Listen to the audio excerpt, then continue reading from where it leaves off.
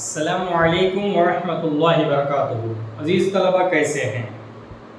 آج ہم اس ویڈیو میں انشاءاللہ سبق نمبر 6 جس کا نام ہے مہینے کی پہلی تاریخ پڑھیں گے، ٹھیک ہے؟ چلیے آپ اپنا سبق کھولیے، کتاب کھولیے، پیج نمبر 47 صفحہ نمبر 47 جس کے مصنف ہے مرزا فرحت اللہ بیگ۔ ان مکالموں کو پڑھیے۔ بیوی: اجی اخبار والا آیا ہے، پیسے مانگتا ہے۔ بیوی کہہ رہی ہے، یہ مکالمے کی شکل یعنی کنورزیشن۔ مہینے کی پہلی تاریخ آئے تو کیا کیا مسائل پیش آتے سنیے۔ بیوی: اجی اخبار والا آیا ہے، پیسے مانگتا ہے۔ شوہر: اس سے کہو کہ کل آئے۔ ہمارے پاس بھی ہوتا ہے نا، پہلی تاریخ آتی جو ہے 2-4 دن لگاتار یہی مسائل ہوتے ہیں۔ بیوی: آخر کس کس کو ٹالتے رہیں گے؟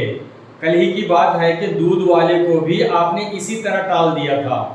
شوہر: ہاں بھائی، میں کیا کر سکتا ہوں، ان سے کہہ دو کہ تنخواہ ملے تب اسے پیسے ادا کیے جائیں گے۔ تنخواہ ملے تب ان کو پیسے ادا کیے جائیں گے۔ بیوی: اجی آپ کو پتا ہے کہ آج کیا تاریخ ہے؟ شوہر سٹ پٹاتے ہوئے: ارے ہاں، آج پہلی تاریخ ہے۔ اس واسطے سب لوگ پوچھ رہے ہیں، خوشی سے چونک پڑتا ہے، خوش ہو گیا آج فرسٹ ہے، پہلی تاریخ ہے۔ یہ مدعا کیوں پڑھانا چاہتے ہیں یہ سبق؟ طلبہ میں میانہ روی یعنی بیلنسنگ، کفایت شعاری کم پیسوں میں کام چلانا، اور قناعت پسندی کے جذبے کو یعنی جتنا ہے اس میں خوش رہنا اور کام چلانے کے فیلنگز کو فروغ دینے کے لیے، گروتھ کرنے کے لیے طنز و مزاح پر مبنی اس سبق کو رکھا گیا ہے۔ مذاق میں ہے یہ سبق، لیکن بہت ریالٹی اور حقیقت ہے، اس کو لایا گیا طلبہ میں طنز و مزاح کے ذوق کو فروغ دینے اور طنز و مزاحیہ تحریروں کو پڑھنے اور لکھنے کی جستجو پیدا کرنا اس سبق کا مقصد ہے۔ ماخذ کہاں سے لیا گیا؟ یہ اس مضمون کو مرزا فرحت اللہ بیگ کی کتاب مضامین فرحت سے اخذ کیا گیا ہے۔ چلیے صفحہ پلٹائیے، صفحہ نمبر 48۔ دنیا میں میاں 2 قسم کے ہوتے ہیں، ایک وہ جو ساری کی ساری تنخواہ چپ کے لا کر بیوی کے ہاتھ میں دھر دیتے ہیں، دوسرے وہ جو خود حساب کرتے ہیں اور حساب سے زیادہ ایک کوڑی بھی بیوی کو نہیں دیتے۔ دوسری صورت کو لیجئے۔ پہلی تاریخ ہوئی، میاں تنخواہ لائے اور حساب کرنے بیٹھے، بیوی سامنے آ کر کھڑی ہو گئی، کاغذ آیا، میاں نے پینسل نکالی اور لکھائی شروع ہوئی۔ میاں: ہاں صاحب، تو اب حساب بولیے۔ بیوی: میں کیا بولوں؟ آخر پچھلے مہینے کا پرچہ کیا ہوا؟ جہاں مہینہ ختم ہوا اور تم نے کہا ہاں صاحب اب بولو حساب، آخر پرچہ سنبھال کر کیوں نہیں رکھتے؟ 10 برس سے حساب کر رہے ہو اور اب یہ نہیں معلوم کہ گھر میں کیا خرچ ہوتا ہے۔ خیر لکھیے۔ مکان کا کرایہ 22 روپے، مکان کا کرایہ 22 روپے، یہ اس زمانے کی بات ہے، اب تو 22,000 سمجھیے۔ میاں: اف، خدا غارت کرے اس مکاندار کو، ظالم، کرایہ تو پہلی تاریخ کو آ کر وصول کر لیتا ہے اور مرمت کو کہو تو جواب تک نہیں دیتا۔ سامنے کی دیوار کو دیکھو، ادھر کھڑکی ہے، ادھر ادھر کھڑی ہے، سامنے کی دیوار کو دیکھو، ادھر کھڑی ہے۔ اب کی برسات میں نہ آ پڑے تو میرا ذمہ، خدا معلوم کون کون اس کے نیچے دب کر مرنے والا ہے۔ جی چھتیں ہیں کہ ان کی یہ حالت ہے کہ دن کو اس میں تارے دکھائی دیتے ہیں، غسل خانہ ہے تو ماشاءاللہ اور دیوڑی ہے تو سبحان اللہ۔ تو ہاں، مکان کے 22 روپے۔ آگے چلو۔ بیوی: امیرن کے 9 روپے، امیرن کے 9 روپے۔ میاں: امیرن کے 8 روپے ہے نا؟ بیوی: 8 نہیں 9۔ میاں: اچھا آگے چلو۔ بیوی: گوشت والے کے 7 روپے۔ میاں: اس کو تو میں 1 پیسہ بھی نہیں دوں گا، بدماش نے سارے مہینہ کتوں کا راتب کھلایا ہے۔ کھچڑی کھلایا مطلب، ذرا تم ہی ایمان سے کہنا، ایک دن بھی گوشت گلا؟ روپے کا 2 سیر گوشت دیتا ہے اور اٹھا کر دیکھو تو نرم چھچڑے ہوتے ہیں۔ بیوی: نہ دو میرا کیا کیا جاتا ہے، وہ جانے اور تم جانو۔ میاں: گوشت والے کے 7 روپیہ، یہ لو. اور بیوی ترکاری والی کے 5 روپے. میاں ترکاری والی کے 5 روپے. بیوی بنیے کے 70 روپے، یعنی کرانے کے راشن کی دکان کے بنیے کی دکان کو دے. میاں 70 روپے. غضب خدا کا، ہم 2 میاں بیوی اور 2 بچے مہینے بھر میں 70 روپے کا اناج کھا گئے. ایسا لگ رہا 7000 کا اناج کھا گئے. بیوی کھا گئے یا نہیں کھا گئے یہ تو میں جانتی نہیں، لو یہ بنیے کا پرچہ ہے، خود دیکھ لو 70 روپے ہوتے ہیں یا نہیں. میاں پرچہ دیکھ کر، گیہوں 1 من 10 سیر، 10 روپے کے کیا بھاؤ ہوئے ہیں، روپے کے 5 سیر ہیں. تمام دنیا میں غل مچ رہا ہے کہ غلہ سستا ہو گیا ہے، غلہ سستا ہو گیا ہے، اور ہمارے ہاں وہی پرانا بھاؤ چلا جاتا ہے. یہاں محنت کرتے کرتے ہم ادموئے ہوتے جاتے ہیں، اور بیوی صاحبہ ہیں کہ مال مفت دلے بے رحم سمجھ کر اندھا دھند لٹاتی چلی جاتی ہے. بیوی یہ بھی اچھی کہی کہ میں آپ کا روپے لٹا رہی ہوں، کبھی حساب سے 1 پیسہ زیادہ بھی مجھ سے دیا ہے جو یہ طوفان اٹھائے جا رہے ہیں. اپنے روپے خود ہی کماؤ اور خود ہی اٹھاؤ، میں بیچ میں پڑ کر مفت میں بری کیوں بنوں. میاں اچھا آگے چلو. بیوی دھوبی کے 3 روپے. میاں خدا کی قسم ہے دھوبی سے تو میری جان بیزار ہو گئی ہے. اب یہی دیکھو کہ میں جو کرتا پہنے بیٹھا ہوں اس کا کیا حال ہے. 2 دھوپ میں نامعقول نے دھجیاں کر دی. بیوی لکڑیاں 6 روپے. لکڑیاں جیسے آج کے زمانے میں گیس کے سمجھیے، لکڑیاں 6 روپے.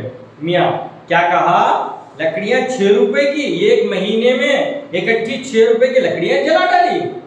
بیوی خدا جھوٹ نہ بلوائے، صبح کے 4 بجے سے جو چولہا سلگتا ہے تو کہیں رات کے 12 بجے جا کر ٹھنڈا ہوتا ہے. آپ ہیں کہ منہ دھوئیں تو گرم پانی سے، وضو کریں تو گرم پانی سے، نہائیں تو گرم پانی سے. جب سارے دن چولہا دھڑ دھڑ جلے گا تو لکڑیاں نہ اٹھے گی تو کیا ہوگا. میاں اچھا صاحب تم سچی اور ہم جھوٹے، لو لکھ لیتے ہیں لکڑیاں 6 روپے کی. بیوی قرضے کے 18 روپے. قرضہ لیے تھے نا گئے مہینے میرے سے 18 روپے لاؤ. خدا کے لیے بیوی تم سب کچھ کرو مگر للہ قرضہ نہ کرو، اللہ کے واسطے قرضہ نہ کرو.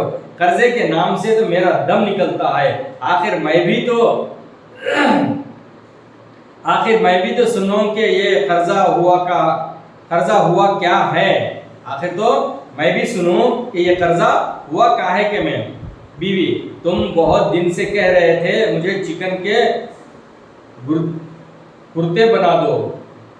چکن کے کپڑے کے کرتے بنانے کا بہت خواہش تھی نا آپ کو. پرسوں رام لال بازار آیا تھا، اس سے 2 کرتوں کی چکن لے لی، کہو تو واپس کر دوں. آپ کے کرتوں کا کپڑا لیا چکن کا تو واپس کر دوں. میاں تو کیا یہ 2 کرتوں کی چکن 18 روپے کی ہو گئی. بیوی باقی کا میں نے پاجاموں کا کپڑا لیا. میاں کیوں، پہلے کے پاجامے کیا ہوئے، 2 ہی مہینے تو ہوئے کہ 6 پاجاموں کا کپڑا لا کر دیا تھا تمہیں، وہ کیا ہو گیا ہے.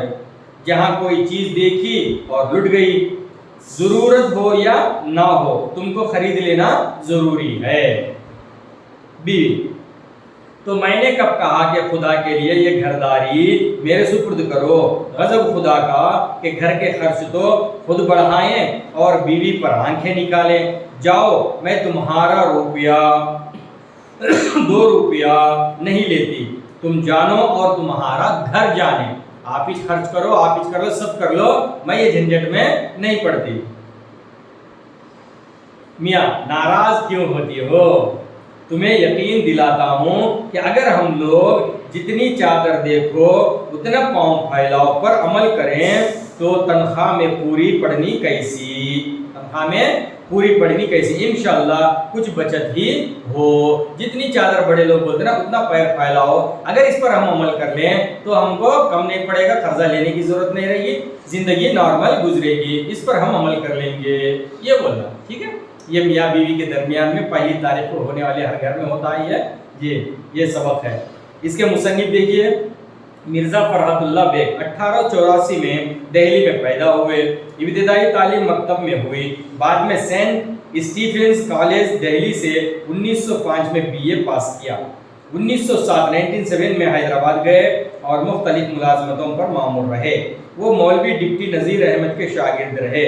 ملازمت کا سلسلہ حیدرآباد دکن سے شروع کیا۔ پہلے ہائی کورٹ میں مترجم کی حیثیت سے، ٹرانسلیٹر کی حیثیت سے کام کیا، پھر مجسٹریٹ اور بعد میں جج کے عہدے پر ترقی حاصل کی۔ عمر کے آخری ایام میں اسٹیٹ ہوم سیکریٹری کے عہدے تک پہنچے۔ انہوں نے ہر موضوع پر قلم اٹھایا ہے، تنقید، افسانہ، سوانح حیات اور اخلاقیات سب پر لکھا ہے، لیکن ان کے مزاحیہ مضامین بے حد مقبول ہوئے۔ ان کے مضامین 7 جلدوں میں مضامین فرحت کے نام سے شائع ہو چکے ہیں۔ ان کا انتقال 17 اپریل 1947 کو ہوا۔ مرزا صاحب کی تحریروں میں جو علمی اور ادبی شوقیاں ہیں، ان سے انہیں مزاح نگاروں میں ایک خاص جگہ حاصل ہے۔ ان کے مضامین پڑھنے کے بعد ایک خاص فرحت حاصل ہوتی ہے۔ ان کے لطیفہ پسند طبیعت اور ان کی رنگین بیانی مضمون کے بیچ میں وہ واقعات لاتی ہے جو لطف پیدا کرنے کے ساتھ مفہوم کو واضح بنانے میں مدد دیتے ہیں۔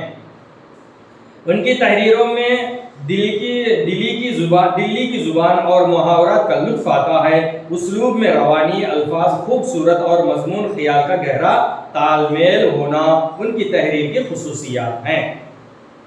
یہ ہوا مصنف کا تعارف۔ اب آخری میں دیکھیے صنف کی تعریف۔ یہ نثر کی ایک صنف طنز مزاح پر مبنی مضمون ہے۔ ٹھیک ہے جی، نثر کی ایک صنف ہے، یہ طنز مزاح پر مبنی ہے۔ انشاءاللہ آگے کی ویڈیو میں صفحہ 51 سے دیکھ لیں گے۔ چلیے اللہ حافظ۔